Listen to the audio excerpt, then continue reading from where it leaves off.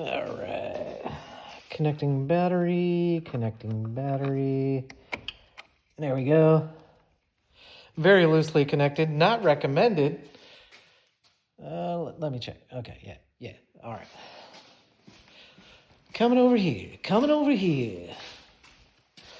All right, there's the key. Okay. So, of course, I've shown you guys that I put in this little control center here. No, that's not how I roll. It's not permanent, okay? But I needed something other than like going under the hood and touching the battery terminal with the starting solenoid, right? Okay, let me show you something. Okay, we are at ignition on position, right? We go all the way over, and look at that. What's going on with your car? Well, it doesn't see any signal from the engine that it's running. So what are we stuck in? We're stuck in standby mode. Eventually, all your systems inside this car will shut down because it thinks you're just sitting there with no engine running.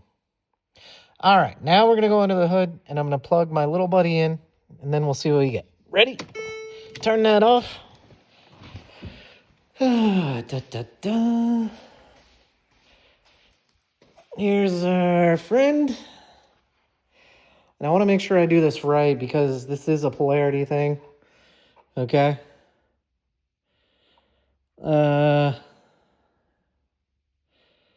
Ooh, I got to go back here to the wiring. Sorry, guys. I just want to be sure. Okay. Apologies. Ground is middle, so we can't mess that up.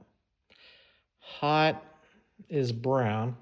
Okay. And I'll show you why that matters. I don't know if my phone can pick it up, but see that VCC right there? And then there's output. We come back here. Our colors are red for power. Can you see that brown? Yeah, and that brown in the middle is the ground. And then it's the weirdest thing because blue and white in car audio is remote power. But this is actually signal in for this sucker. So let's see. Signal in is yellow. And also in car stereo. Did I say yellow? Yeah, yellow. Also in car stereo, yellow is the constant. But let's see here. Looking at our little signal generator guy. Out needs to go to yellow. So we flip it, make sure yellow is on there. Okay. Oh boy, I knew I was going to chase this thing all around. That's what I get for using my hands. Please hold. All right, so I plugged that in. Okay. I think the car went off standby. Yeah, because the key is out. All right, let's turn this sucker.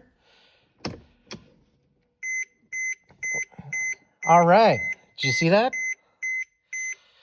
Aside from the car freaking out because it's not getting any other signals and I don't have my seatbelt on, this car now believes that it's running. So all your systems will stay going. So speedometer works. I think I can get water temp to work. And check that out. Your fuel gauge still works. Over here, I have seen a module that the Range Rover guys sell that will take the tach signal from the LS and convert it to the Mercedes-Benz going through Mercedes-Benz signal going through the engine harness. Right now, I'm just tricking the engine harness, saying that the engine's running at, 700 RPM. You can have a check engine light because obviously nothing else is plugged in the engine harness. But like I said, you will not have that standby shutdown because the computer's no longer wondering if the engine is running, right? It thinks that it's running at 700 RPM. Now I'm going to do a drive. I still have to go through the harness, see what I got to snip off. Fun fact, the LS, the Gen 3 LS, the LQ4 that I bought to go in this car, 24X. And guess what? 2011 Mercedes freaking crank sensor signal. Yeah, It's the freaking 58X. So I guess if you played around with the Gen 4 or something that puts out 58X signal, you could technically tie it in, but then you'd have to pay an arm and a leg for the adapter that Lingenfelter makes, or at least that's what I've read. I'm just happy this thing, you know, isn't going to shut off on me because it thinks that the engine's running. But I'm doing more testing. We'll take it down the road, see if it likes that, and it'll stay. But yeah, this is what I've got so far. Maybe this will help you out.